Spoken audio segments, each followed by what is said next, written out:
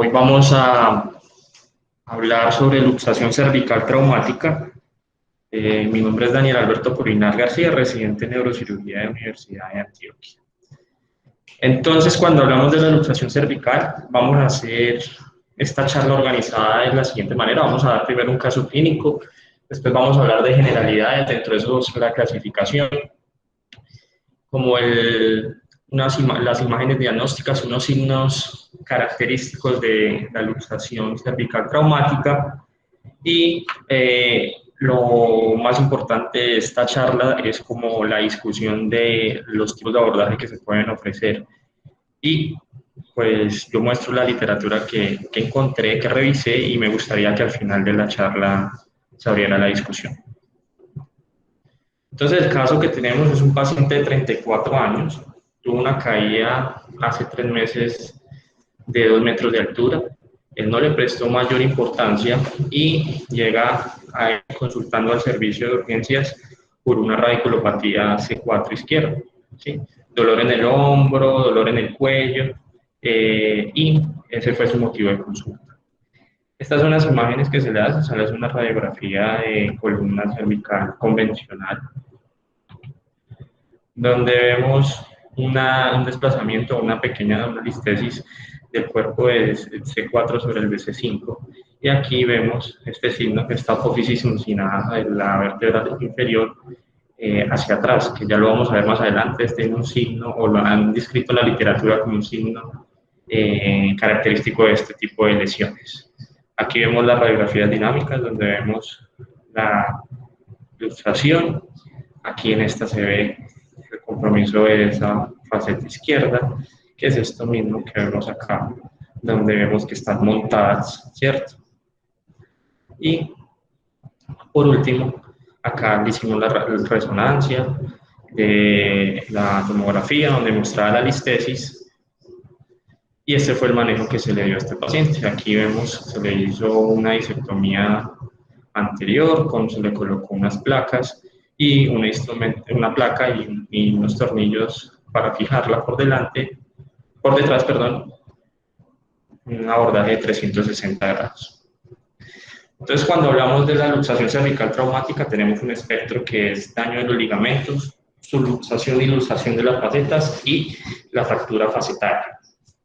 En cuanto a las generalidades, cuando se presenta en pacientes jóvenes, son por traumas de alta energía, que pueden ser accidentes de tránsito, caídas o la práctica de deportes. Y en los pacientes mayores son traumas de baja energía y preexistencia de una patología que apoye o que favorezca la luxación. Por ejemplo, patología degenerativa, osteoporosis o estenosis del canal cervical. Esto ha sido descrito desde mucho tiempo atrás y la primera clasificación que se le dio fue esta. La dividía en 4, ¿sí? Que fue la clasificación de Ali. La clasifica en 4, que son, primero, grado 1, luxación de facetas; grado 2, luxación facetaria unilateral; grado 3, luxaciones facetarias bilaterales con 50% de grado de desplazamiento; y grado 4, una dislocación o luxación completa. Después esta la modificaron al Ferguson y le puso unas categorías dependiendo de la parte mecánica, las radiografías estáticas. Lo dio en 7 categorías para un total de 24 tips diferentes, que pues al modo de ver resulta algo larga y engorrosa. Hay una clasificación que es de acuerdo a la morfología. Esta es por luxación por lesiones de distracción, donde vemos en el grado A que no hay una luxación como tal completa, pero sí hay una distracción del ligamento, de los ligamentos posteriores. Aquí vemos que ya hay una luxación, algo de rotación, ¿sí? Y esto ya es una luxación bilateral con menos del 50% de desplazamiento, y esta es con una pérdida total de la relación de los cuerpos. Cuando es por compresión, también se clasifica en 5 estados, ¿sí? Donde vemos que el estado 1 es la fractura de los elementos óseos posteriores, llámese lámina, pedículo o faceta, ¿sí? El grado 2 es cuando ocurre lo mismo, pero multinivel. El grado 3 es cuando ya hay un compromiso, una luxación. El grado 4 luxación bilateral con compromiso, desplazamiento menor del 50% y acá pérdida de la relación articular. Después Bácaro describe o nos da la clasificación de SLIC, que está basada en la morfología de la lesión, la integridad del complejo disco-ligamentario y el estado neurológico del paciente. Esto tiene un puntaje que ya lo vamos a ver más adelante, donde él dice que un puntaje menor de 4 puntos es para manejo conservador. La cirugía es mayor de 4 puntos cuando tengamos estadiajes o puntajes mayores de 4 puntos. Y él dice que 4 puntos, o sea, el tener 4 puntos es como una zona gris donde cualquiera de las dos conductas pueden ser optadas.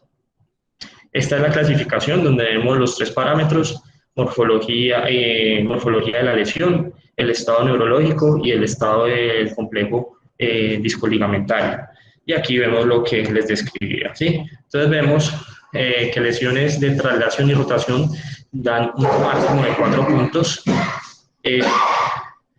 Cuando tenemos un paciente con déficit neurológico tenemos los puntajes máximos de 4 puntos, y acá tenemos también, si tenemos el complejo discoligamentario roto, da un puntaje de 2 puntos. Eso va sumando un puntaje mayor de 4 puntos, como les digo nuevamente, la conducta o la inclinación del tratamiento es hacia la parte quirúrgica. Entonces, por ejemplo, acá tenemos este ejemplo, donde vemos aquí C6, C7, una luxación unilateral, y el paciente que aquejaba una radiculopatía, parecido al caso que presentamos inicialmente, ¿cierto? Donde vemos que por tener la morfología de la lesión tiene traslación, que se está desplazando y además puede estar rotado, 4 puntos, el complejo discoligamentario está alterado, 2 puntos, y el estado neurológico, porque el paciente tiene radiculopatía, 1 punto, un total de 7 puntos, lo que indica que este paciente va a requerir un tratamiento quirúrgico. Después la AO clasifica estas fracturas como tipo C. El componente o el modificador de las facetas, ellos dicen que es F4, puede ser usted bilateral o solo de un lado. Cuando es bilateral se coloca esta sigla, y primero se describe la derecha y después la izquierda. Entonces, por ejemplo, en esta lesión, ¿cierto? Que vemos una lesión C5, C6, que es bilateral, una luxación bilateral. Entonces, está la escala de la AO, recordarla, no sé, de pronto no se ve muy bien, pero solamente para recordarla, recordar las tipos C, que son las que se tienen ya un componente de traslación, y los modificadores de las facetas, esto es acá, esta sería una tipo C, entonces la que les mostré en la figura, y la componente de las facetas, vemos que F4 es una luxación o montada, la faceta montada o dislocada. Entonces, esto sería el de este paciente. Entonces, el paciente que presentamos o que les mostré en la imagen tendría una clasificación, una fractura C, C5, C6, F4 bilateral. La clínica de la luxación cervical traumática, pues es dolor axial cervical, la debilidad, neuropatía, lesión medular completa e incompleta. Pacientes pueden tener hiperreflexia, deformidad por tratar de aliviar el dolor, y toda esta sintomatología está muy relacionada con el estrechamiento de los forámenes y el canal cervical. Las imágenes, la radiografía AP lateral, como les mostramos, puede ser de utilidad como para un diagnóstico primario, con también la radiografía de boca abierta para mirar la vista de la odontoides, pero sin embargo con la estructura ósea y la primera línea sigue siendo la tomografía. Nos aporta el detalle óseo, nos sirven pacientes obesos, que tengan un cuello corto, con una columna baja, la detección de láminas, masas laterales y pedículos, y además nos da 2 cortes más, que es el coronal y sagital, para ver si es subluxación versus dislocación. Hay unos signos tomográficos, imagenológicos, que son muy particulares. Por ejemplo, este que es el signo de la hamburguesa, dicen que normalmente usted debería ver, este sería un pan, este sería el pan y este sería el centro de la hamburguesa, ¿cierto? Eso sería lo normal, mientras que si tenemos una luxación, vemos que el pan se invierte, la relación del pan se invierte, ¿sí? Como si el pan se hubiera volteado, ¿cierto? Ese es un signo que ha sido descrito en la literatura, incluso está en los libros de la OSPAN. Buscando y la literatura para esta charla, encontré unos artículos curiosos. Por ejemplo, hay este otro que es el signo del tiburón, donde vemos que se ve la aleta del tiburón cuando la faceta está dislocada. Esto es lo que es. Y el otro, que es el que parecido a la imagen que les mostré del caso clínico, vemos la apófisis uncinada salida, que es el signo de los audífonos. ¿Sí? Normalmente, similando que esta fuera la cabeza y esto los audífonos, las apófisis uncinadas, esto es lo normal. Sin embargo, cuando hay una luxación, se ve que los audífonos no están totalmente al lado de la cabeza. Es algo que me llamó la atención, que está escrito en la literatura. Y hay muchos signos más, muchos signos más. La resonancia es de utilidad para ver los tejidos blandos, entre esos la médula espinal y las raíces. Mirar la estructura discal. Se pueden presentar hernias hasta en el 50% de los casos de luxaciones bilaterales y mirar si hay estenosis espinales. Entonces volvemos al espectro de esta lesión. Entonces tenemos la subluxación, las facetas encaramadas, las dislocaciones unilaterales y bilaterales y las dislocaciones por fracturas. Entonces hay unas premisas que son importantes comentarlas, que una luxación facetaria más traslación asociada de la vértebra de arriba es más grave por distracción, por flexión. La falla del complejo ligamentario posterior y el disco intervertebral se observa en la mayoría de los casos, y las fuerzas de distracción y traslación de la faceta inferior están anteriores a las facetas superiores del nivel inferior. Son como características de estas lesiones. Cuando no hay una fractura asociada al pilar articular, las facetas se bloquean en la posición dislocada y las lesiones unilaterales a menudo resultan en un 25% de traslación, y la aparente traslación del cuerpo vertebral se ve en realidad el desplazamiento rotacional. Entonces, estos tres puntos que traigo acá son muy importantes. Las luxaciones facetarias bilaterales tienen menos deformidad rotacional, no se rotan tanto, pero sí van a estar echadas para adelante o para atrás, van a tener traslación. Los pacientes con un diámetro de canal normales experimentan un 35% del estrechamiento del canal, y por eso los pacientes que tienen un canal previamente estrecho son tan sintomáticos, porque pueden llegar a tener un canal totalmente estrecho en el 88% de los casos que tienen luxaciones. En cuanto al tratamiento, las metas del tratamiento son tres cosas: proteger la médula espinal, descompresión de los elementos neurológicos y restaurar la mecánica de la columna. El tratamiento inicial, como todo trauma, tiene que ser primero con el ATLS, evaluación de la columna y la médula espinal, las raíces, la evaluación neurológica, la inmovilización y mirar si este paciente tiene, cuál es el daño neurológico que tiene. Si está intacto, si tiene una lesión medular incompleta, completa o con o sin lesión radicular. Entonces, las metas son prevenir el daño medular o radicular y minimizar el daño secundario o por compresión. Entonces, en esa premisa o en esa búsqueda de esos ideales, se han propuesto, por ejemplo, la tracción. Y muchos autores hablan de que es seguro en pacientes conscientes y cooperadores, y se sugiere hacer una resonancia previo a la reducción cerrada.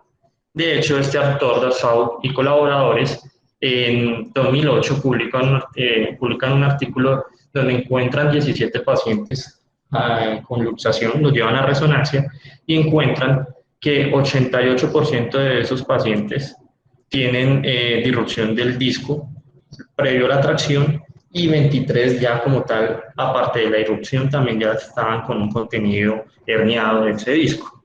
En ese estudio, ellos concluyen, porque vieron que todos los pacientes a los que le hicieron tracción redujeron la hernia de disco, ¿cierto? Y lo que ellos dicen es que las reducciones cerradas de las luxaciones es un método seguro y eficaz para descomprimir la médula espinal y no empeora la hernia de disco ni disminuye la dimensión o el diámetro del canal. Lo otro que ellos concluyeron es que la reducción temprana cerrada de las luxaciones sin demora por la resonancia en pacientes despiertos y o cooperadores con lesiones de la médula espinal pueden llevar a reducir la tensión del cordón medular lo más rápido posible.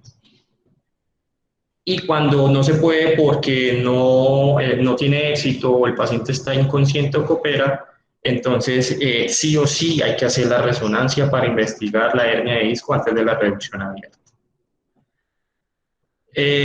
Entonces, la reducción cerrada es ampliamente aceptada como manejo inicial y tiene unas tasas de éxito muy variables que dependen del paciente y del tiempo de evolución de la luxación, que pueden ir de entre el 30% hasta el 100% de los casos.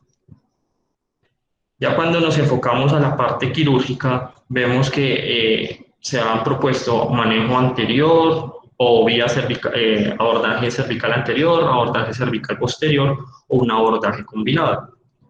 En cuanto a la historia, entonces las primeras, ellos siempre se pensó que eso era afectación de los ligamentos y la parte ósea posterior, y entonces en los primeros manejos quirúrgicos que se les dio a esta patología siempre se hacían por vía posterior, y eso incluía el alambrado posterior, después llegaron las placas y los tornillos y las placas de gancho, después las barras y tornillos, y en eso vamos en la vía posterior.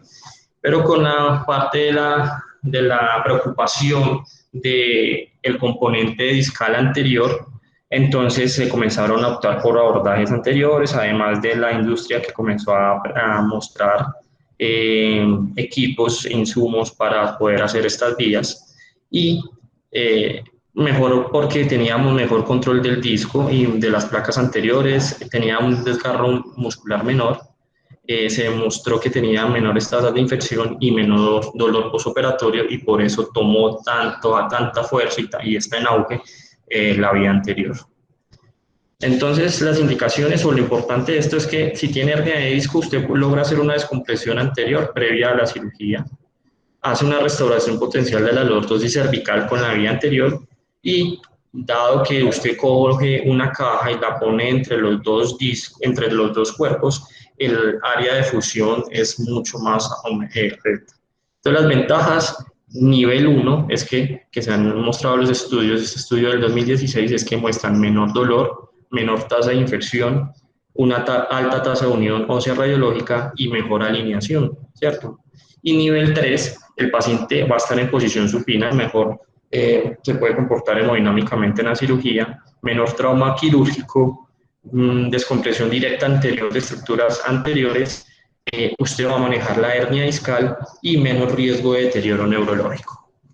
Las desventajas, nivel 3, usted va a trabajar al lado del esófago, puede generar disfagia, lesión esofágica, todas las lesiones nerviosas vasculares que se pueden generar por el abordaje anterior, y dificultar la reducción de la luxación, sobre todo en las que son crónicas más de 3 meses, puede llegar a ser dificultoso. Y la psicosis posoperatoria. Entonces, a ver, el abordaje posterior, cuando hablamos del abordaje posterior, tener tornillos a masa lateral que va a generar una estabilización adecuada. Sin embargo, también se ha descrito los tornillos transpediculares posteriores que generan una estabilidad de las 6 columnas. Es una técnica más rígida y con mayor resistencia al pull-out. Las ventajas de la vía posterior, nivel 3, pueden proveer una reducción directa de las luxaciones o dislocaciones. Hace unas construcciones más fuertes. Mejor en pacientes con baja calidad ósea, pacientes con osteoporosis. Las desventajas son el riesgo de deterioro neurológico en presencia de un prolapso traumático que no se haya evidenciado. Por eso es lo importante de hacer la resonancia idealmente en estos pacientes. La necesidad de una fijación larga, el dolor crónico, la posición prona puede ser más deleteria en la parte hemodinámica y mayor tasa de complicaciones de la herida, también por la posición en la que va a permanecer el paciente. Cuando hablamos del abordaje combinado, pues las desventajas que más se comentan es el costo y la duración de la cirugía, y pues por ende la pérdida sanguínea que puede tener porque es un doble abordaje. Sin embargo, miren ustedes que las ventajas son bastantes. La fijación más fuerte, movimiento limitado, incrementa la tasa de oclusión, puede haber una recuperación neurológica mayor. Y está sobre todo indicado en pacientes con lesiones crónicas, pseudoartrosis, desalineación cervical y cuando se requieren osteotomías, y pacientes con mala calidad ósea.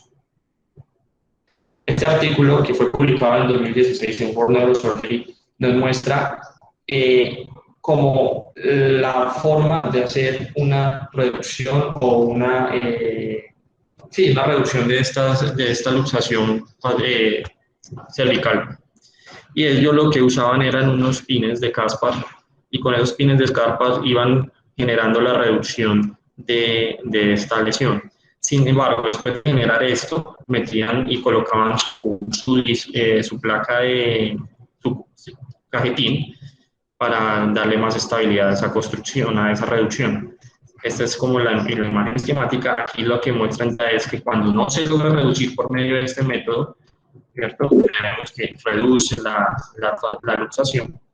Lo que ellos planteaban era hacer este abordaje, este de acá, que es quitar la parte superior de esa faceta para tratar de reducir esa luxación. Lo he comentado con algunos docentes y me dicen que técnicamente es difícil desde la vía anterior tratar de quitar ese pedazo de la punta de la faceta para lograr una adecuada reducción. Y este es el caso que ellos reportan, donde vemos la luxación y vemos la adecuada alineación con ese abordaje. Hay otro estudio donde ellos usaron tornillos traspediculares, ¿cierto? O al pedículo, ¿sí? Pediculares anteriores para extraer directamente la articulación facetaria para la reducción anterior, donde vemos que realizan acá las tomas de los pedículos. Aquí vemos el continuador o el lenque, y vemos cómo ellos después colocan esos tornillos y pues tienen un resultado exitoso. Sin embargo, a mi modo de ver, esto es lo que más hacemos nosotros, este artículo de Neurosurgery del 2018, donde vemos una reducción anterior y una fusión cervical, una fusión de la luxación cervical traumática. Ellos en este estudio lo primero que hacían era someter al paciente a una tracción, ¿sí? En el quirófano le hacían una reducción cerrada, y después de que lograban una alineación, hacían la disectomía anterior y la caja con su placa anterior.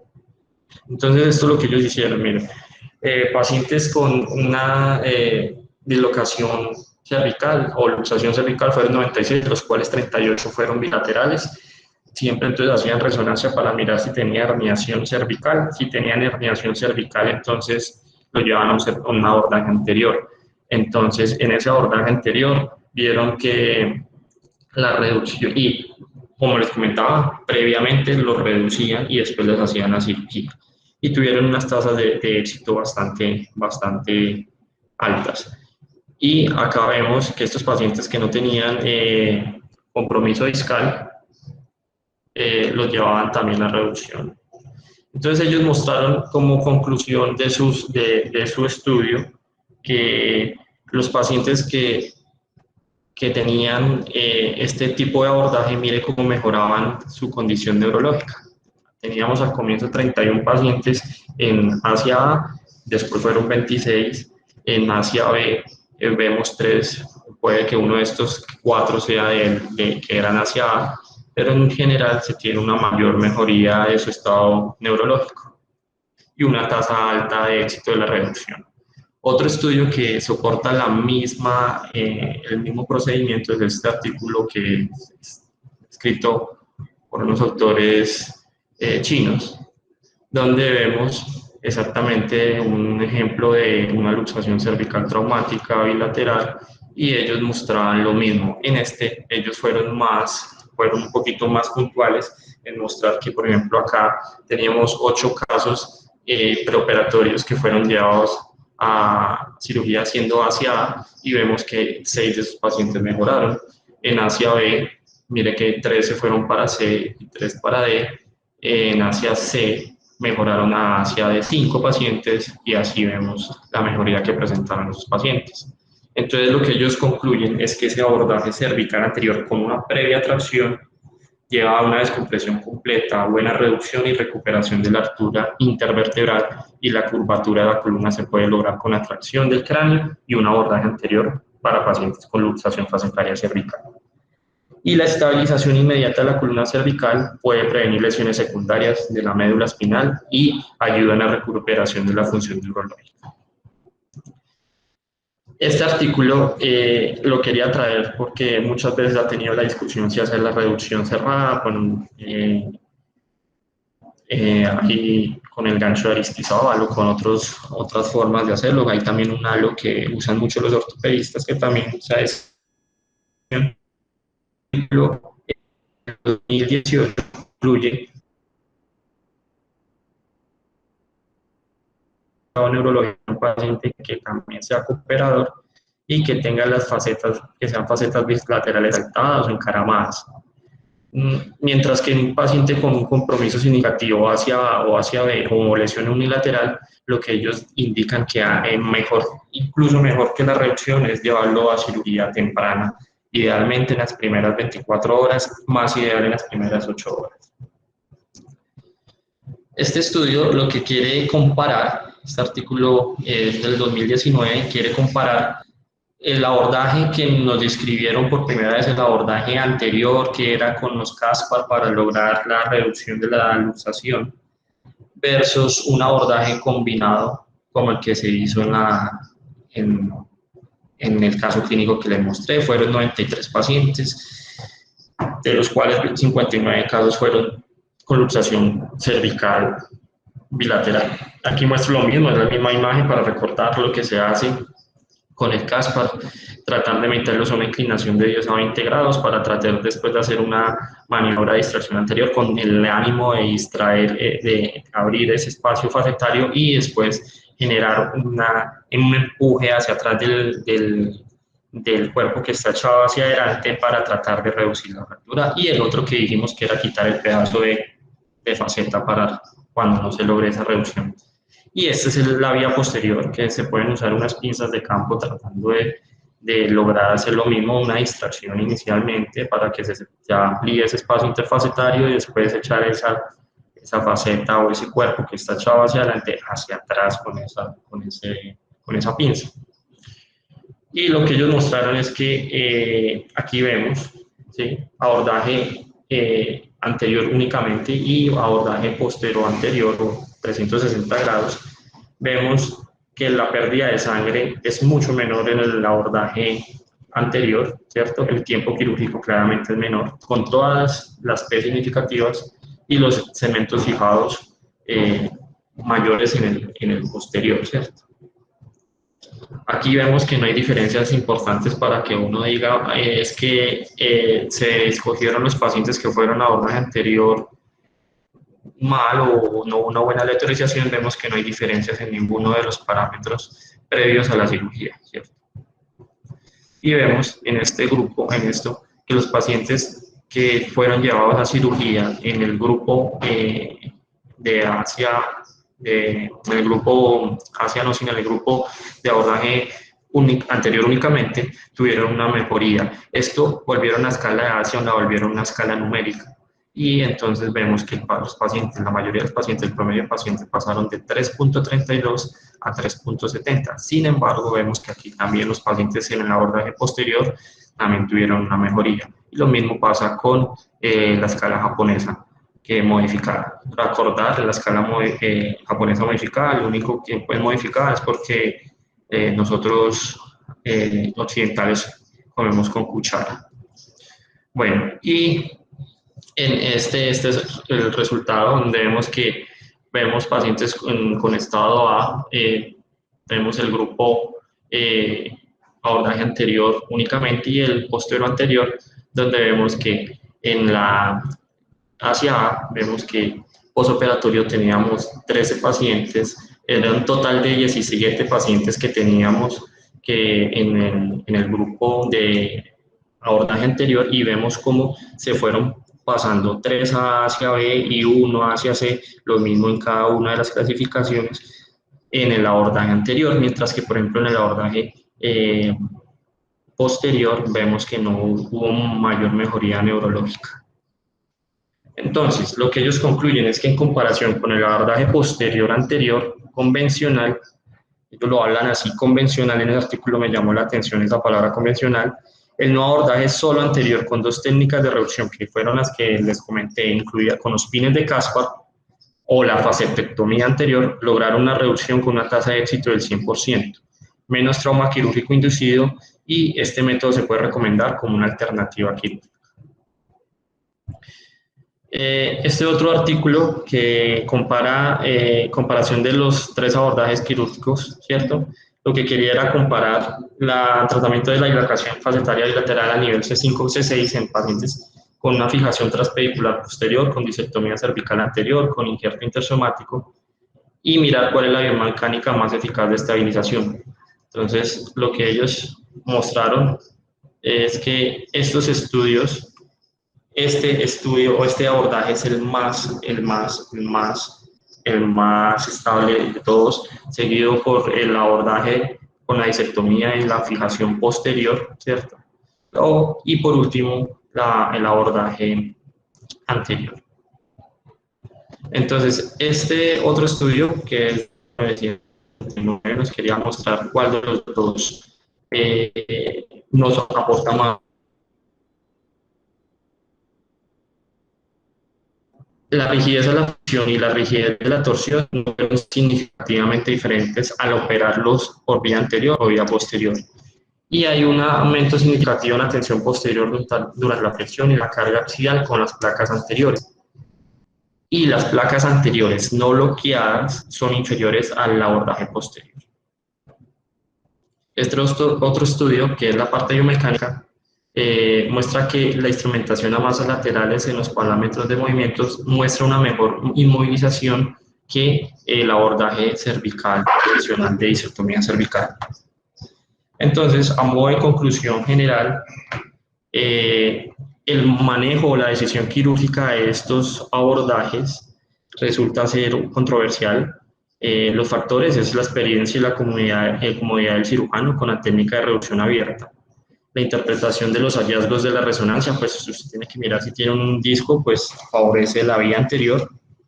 Las fracturas de la placa terminal y las facetas asociadas están totalmente contraindicando la vía anterior, entonces eso va hacia un abordaje de vía posterior. Y importante saber la actividad laboral o cotidiana que tiene ese paciente, a ver si requiere una mayor estabilidad y fijación. Por último, este artículo que fue publicado en el 2008 está referenciado en los libros de Master Series de la OV Spine. Nos muestra este algoritmo donde como que nos resume todo lo que ellos proponen para el manejo de esto. Entonces, si se logra una reducción, primero llevar a estos pacientes a una reducción cerrada, ¿cierto? Ellos dicen y apoyan eso, idealmente temprano. Entonces, si se logra una reducción adecuada, si tiene componentes, hace una resonancia, manda una resonancia, y si tiene un componente de disco herniado, entonces, y tiene una luxación unilateral, ellos dicen, hágale una disectomía anterior y fusión. Si la dislocación es bilateral, ellos dicen, haga un abordaje 360 grados. Por otra parte, si no tiene herniación del disco, lo mismo. Si es dislocación unilateral, haga lo mismo, disectomía anterior y fusión. Y si es bilateral y no tiene disco herniado, ellos dicen que solamente por vía posterior. Si usted lleva a ese paciente a reducción cerrada y no fue efectiva y tiene herniación del disco, entonces, y es una dislocación unilateral, disectomía anterior. Si es bilateral, entonces disectomía anterior, reducción y fusión, y después una fusión posterior. Cuando no tiene compromiso discal, entonces, y es la luxación es unilateral, usted lo puede llevar a un abordaje anterior, a menos de que tenga las circunstancias inusuales, que son las que ya hemos comentado, de que contraindican la vía anterior, que los platillos estén malos, que tenga un compromiso posterior mayor. Y cuando tenga luxaciones bilaterales, entonces también un abordaje cervical anterior. Y eso es lo que les traía para hoy. Gracias por su atención.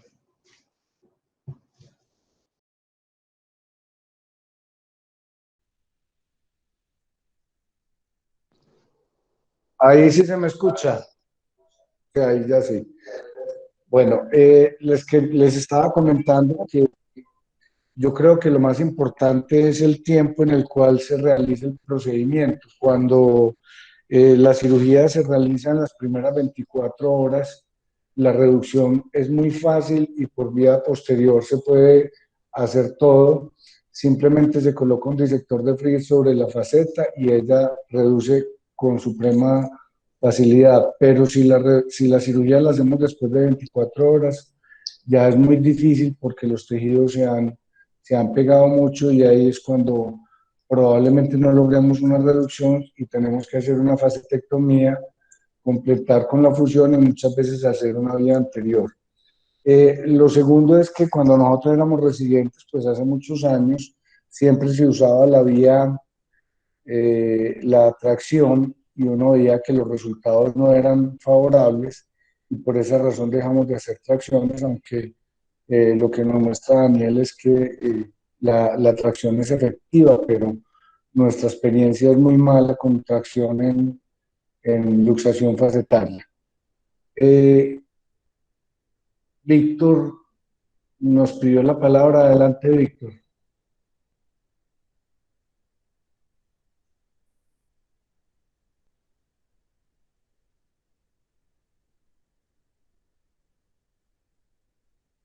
¿Algún comentario? ¿Alguien tiene algún comentario? Yo no sé si estoy oyendo, si se está oyendo. Aló, eso. ¿Algún comentario? Gustavo, el doctor Ponte.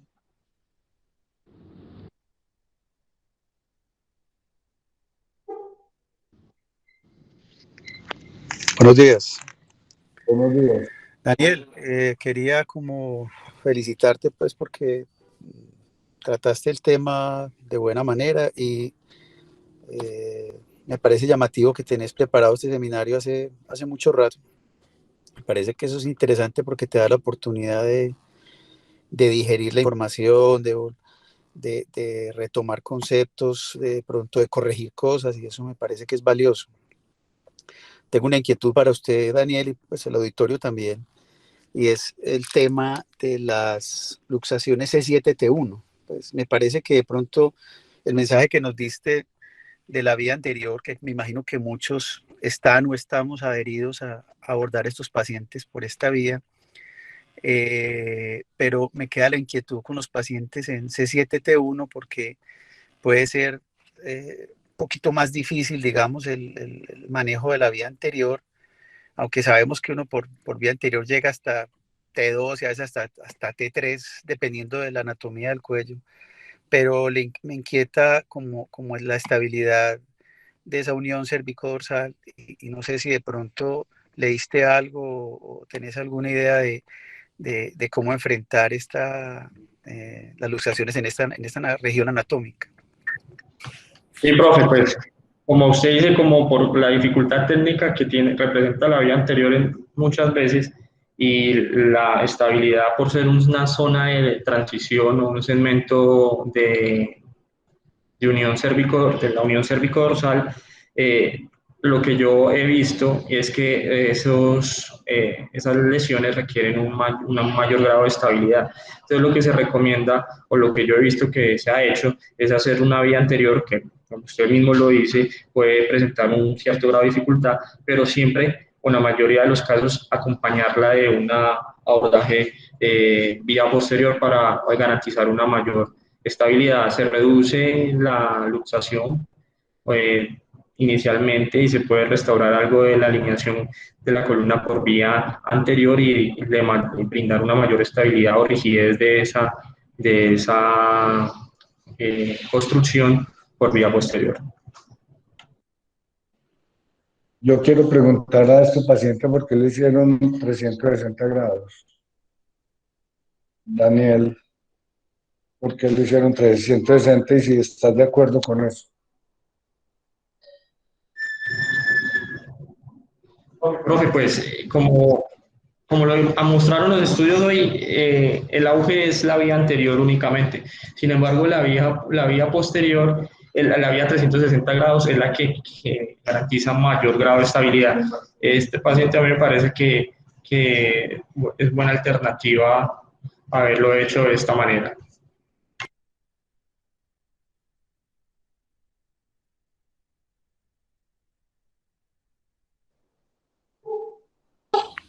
Daniel, yo creo que la mayoría de pacientes tienen con una sola vía. Yo creo que como ruta primaria, o sea, como una elección primaria del cirujano, ya de entrada plantea los 360 grados, yo creo que en muchos casos no justifica. Debería ser más como un planteamiento secundario cuando uno queda insatisfecho con la cirugía o cuando el paciente da muestras de que está de pronto fallando la fijación. Pero yo creo que la gran mayoría de pacientes tendrían con una de las dos vías, ¿cierto? O sea, la anterior o la posterior, dependiendo de la predilección del cirujano o de las condiciones del paciente. Daniel, buenos días. Ese paciente que vos presentaste hace parte de un tema diferente que son las luxaciones inveteradas de la columna cervical. Es un tema que inclusive recientemente revisamos con otros residentes y el enfoque es completamente diferente. Esos pacientes siempre necesitan 360 grados, inclusive 540, que fue como se operó ese paciente, porque obviamente es un paciente que tiene una luxación que no reduce generalmente con una sola vía. Entonces hay que aflojar la vía anterior o posterior y después retornar a hacer la fusión. Pero bueno, eso es un tema diferente que inclusive está muy bien descrito en la literatura. Daniel, yo te voy a hacer una pregunta. Desde el punto de vista biomecánico, ¿cuáles son las variables que te inducen a tomar la decisión para hacer una vía anterior o una vía posterior? O una vía combinada.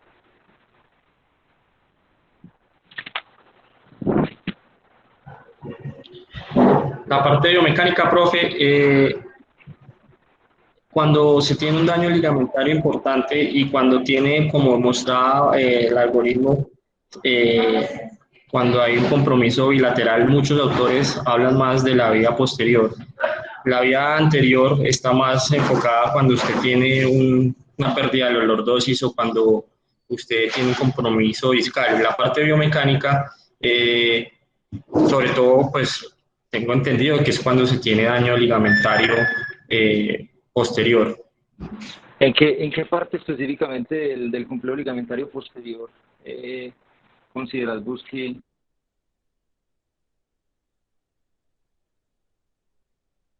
O sea, ¿cuál es el punto de quiebre del complejo ligamentario? ¿Me lo escuchas? No se te escucha bien, Gustavo.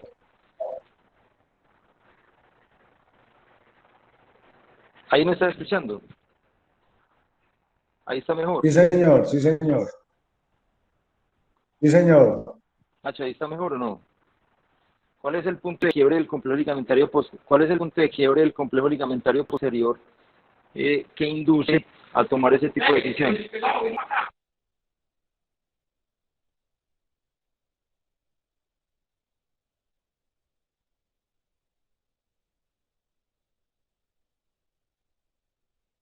Daño del ligamento longitudinal posterior roto.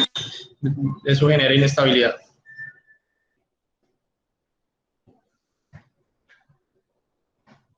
Sí, eso parece que realmente tiene un aspecto biomecánico muy interesante y es relacionado con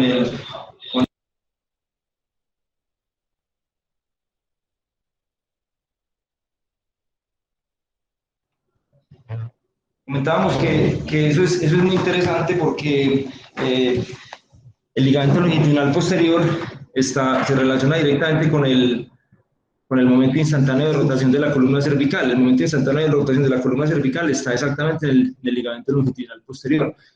Entonces, ahí hay como una divergencia entre los estudios clínicos y los estudios biomecánicos. Obviamente, pues, digamos que a las dos cosas hay que ponerles mucha atención porque uno muchas veces puede exagerar cuando hace, digamos, exageraciones en el análisis biomecánico, pero digamos que eso está más o menos claro.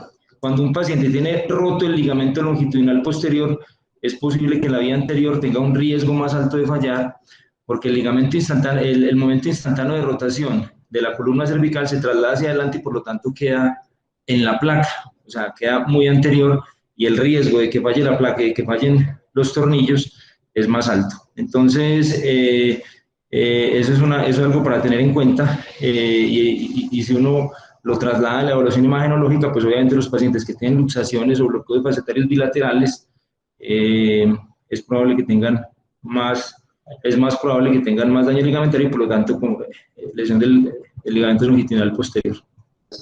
Gracias. Yo le quiero hacer una pregunta al doctor Carlos Ruiz.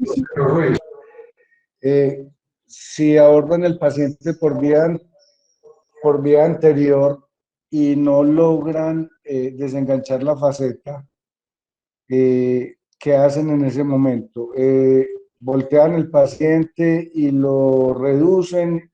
O sea, ¿hacen 540 grados o qué hacen cuando no logran la reducción?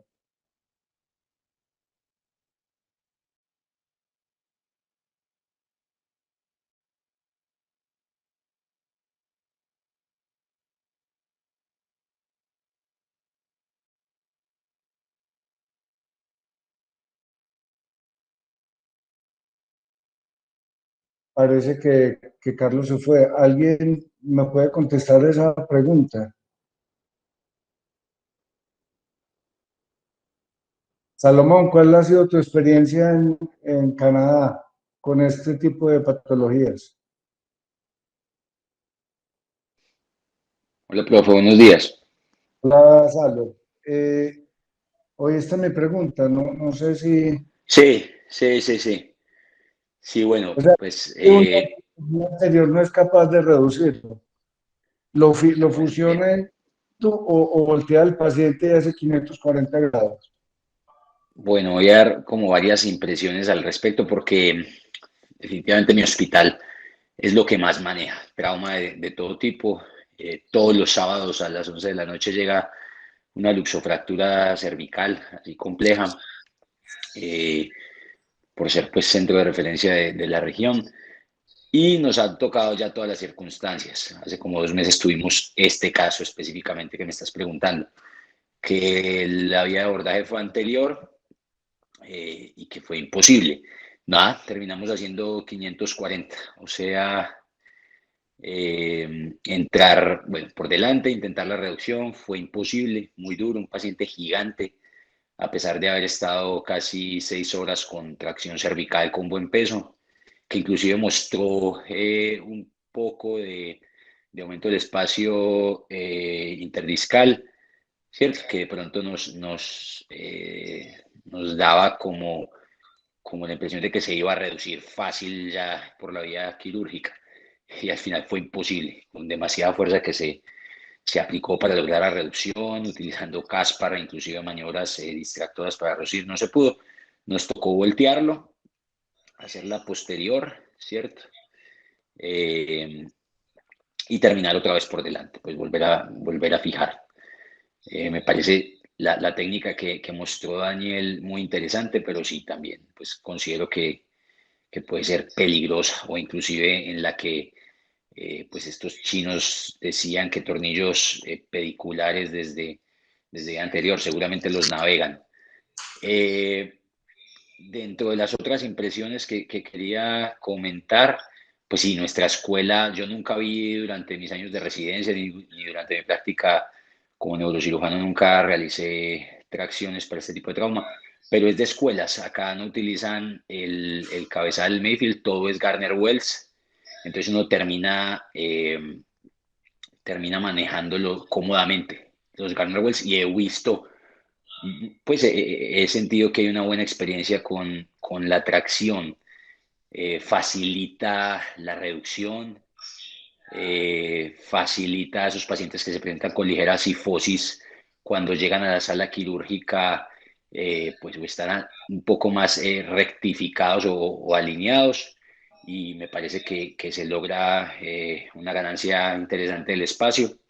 Utilizan otros dispositivos además de la tracción porque el Mayfield te da un posicionamiento de la cabeza, pero no tracciona, mientras que con el Garner Wells vos continuamente, si ya lo tenías, ¿cierto? En el prequirúrgico durante el tiempo que el paciente esperó, y además se le aumenta el peso de pronto en cirugía, y utilizan otros dispositivos de tracción inferior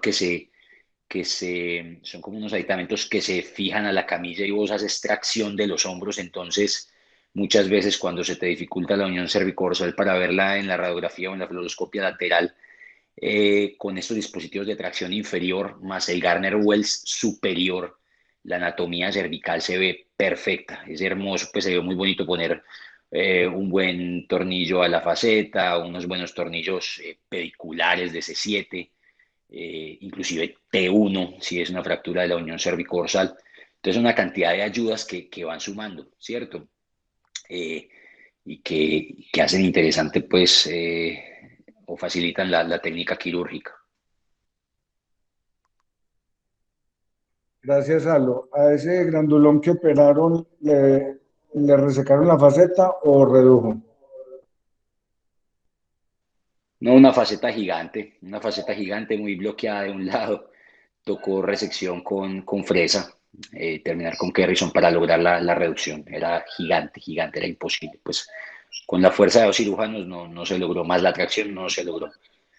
Entonces sí, tocó hacer resección, que es válido, pues, sabiendo que se va a hacer una buena fusión, instrumentación 360, pues anterior y posterior. Te respondí mi pregunta, Nacho, ¿cierto? Sí. Sí, Tu pregunta. perfecto, perfecto. Eso nos deja también una conclusión, que a veces pedimos material de osteosíntesis para hacerla, digamos, por vía anterior, y si no tenemos el instrumental apropiado nos fregamos, ¿no? Entonces sería bueno siempre Claro, tener todo el instrumental.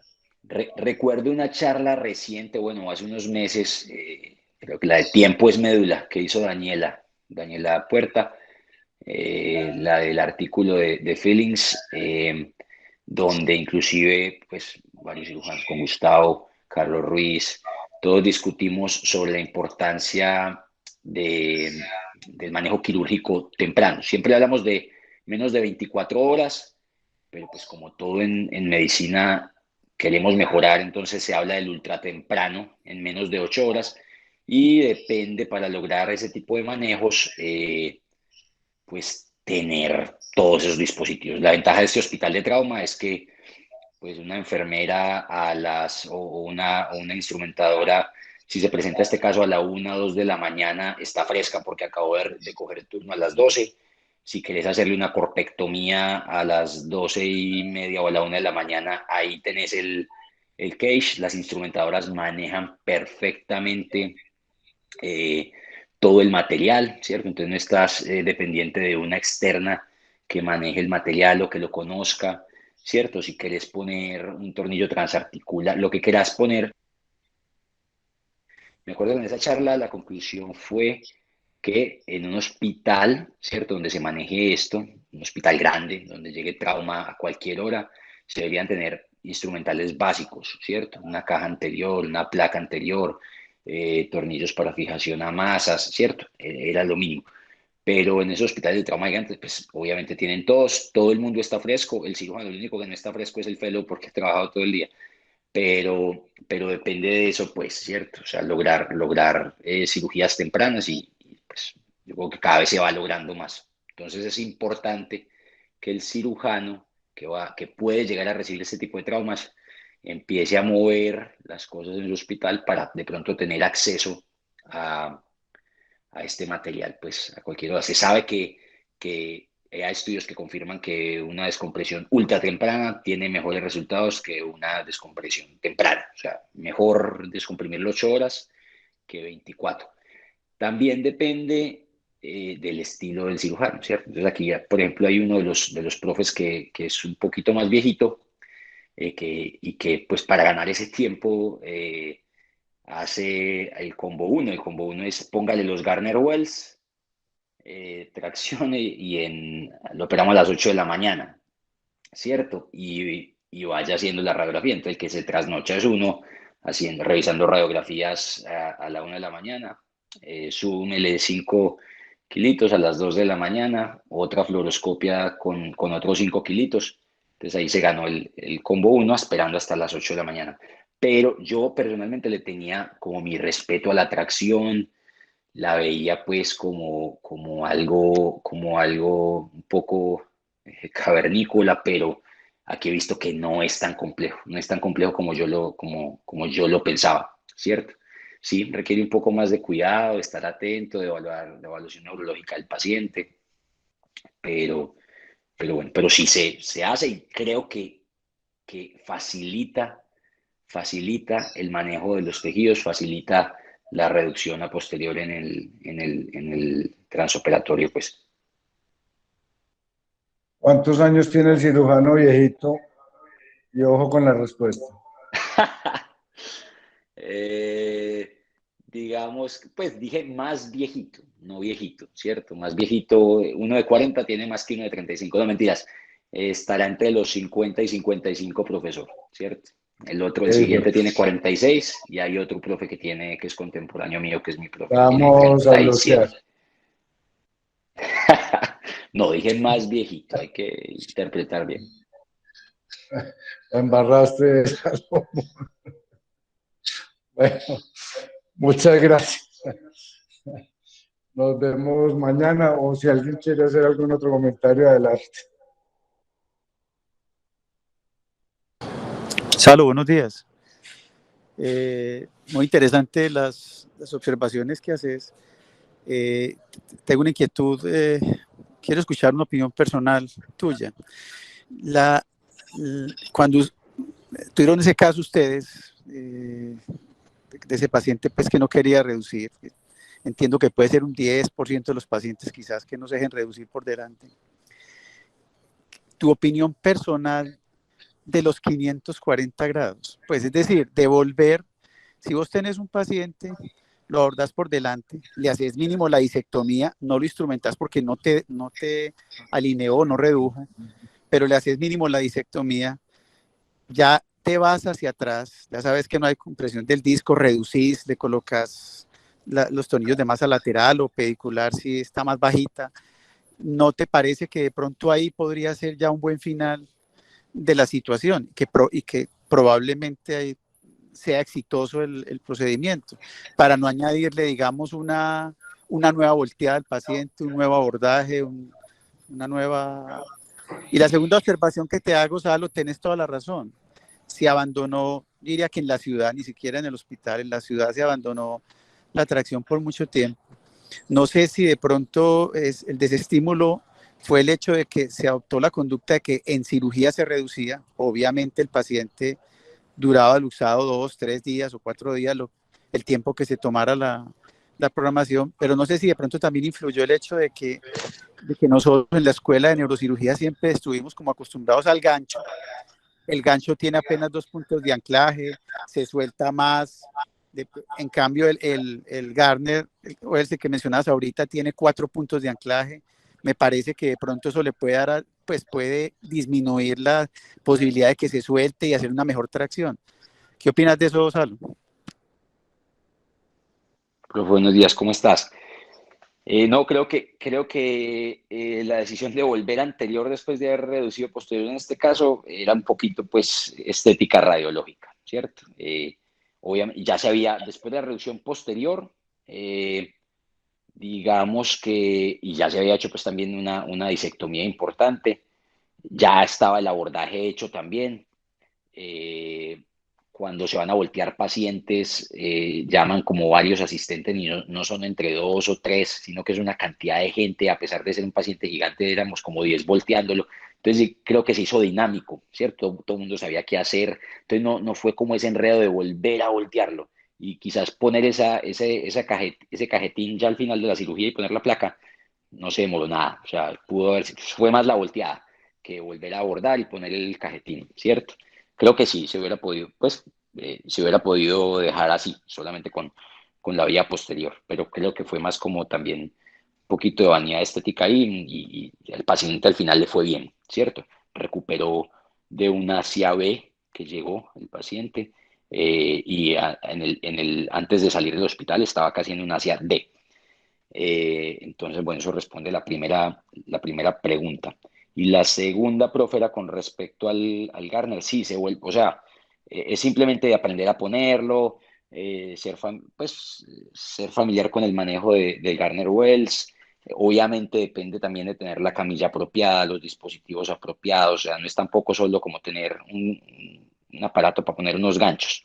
No, o sea, las camillas en urgencias donde tiene un paciente politraumatizado, porque estos pacientes, además de tener su luxación, tienen una fractura de cadera importante, pelvis importante, TEC.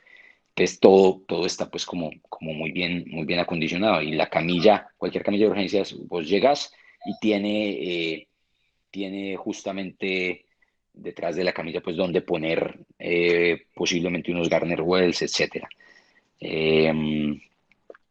Pues eso es y me ha tocado aprender acá, definitivamente. Aquí fue que aprendí, también la primera vez como con un poco de temor, pues ya al final no es tan, como te digo, no es tan difícil, no es tan complicado.